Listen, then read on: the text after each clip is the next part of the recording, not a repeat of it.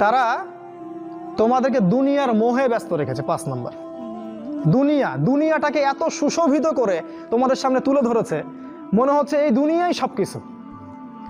আর এই দুনিয়া পূজারী কোনো যুবক ছেলেকে দিয়ে আপনি আল্লাহর পথে কোনো খেদমত আশা করতে পারেন না, কারণ ওর পুরো চিন্তাটা দুনিয়া কেন্দ্রিক।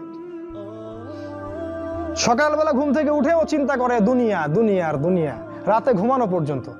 আল্লাহুকুমুত তাকাসুর, আল্লাহ পাক বলেছেন হাত্তা যুরতুমুল মাকাবির, যতক্ষণ না তোমরা কবরে পৌঁছাচ্ছ ততক্ষণ এই প্রাচুর্যের প্রতিযোগিতায় লিপ্ত আছো।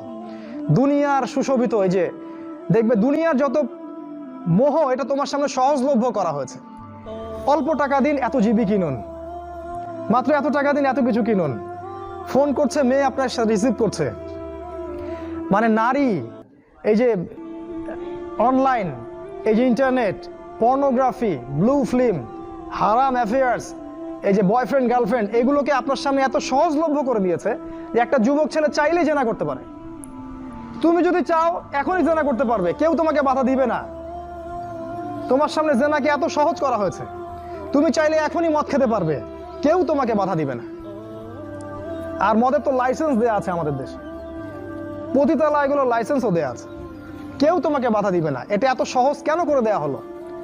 অথচ মদ যদি উমর রাদিয়াল্লাহু আনহুর সময় কেউ পান করত, তাকে 80টা বেত্রাঘাত করা হতো। কেউ যদি জিনা করতো ওই সময়, তাহলে প্রকাশ্যে ওকে 100টা বেত্রাঘাত করা হতো। কোনো বিবাহিত ব্যক্তি যদি জিনা করতো, তাকে রজম করে হত্যা করা হতো। কেউ যদি কোনো ব্যক্তিকে অন্যায়ভাবে হত্যা করত, তাকেও কেসাস করা হতো, হত্যা করা হতো। এগুলো তুমি আর দেখবে না। এখন তুমি দেখবে সমস্ত পাপ সহজলভ্য হয়ে গেছে। এটা এমনি এমনি হয়নি, তারা করেছে তোমার জন্য, যাতে তোমার ভিতরের ঈমানটা চলে যায়। কারণ পাপী হৃদয় নিয়ে তুমি আল্লাহর পথে দাওয়াত ও জিহাদ করতে পারবে না।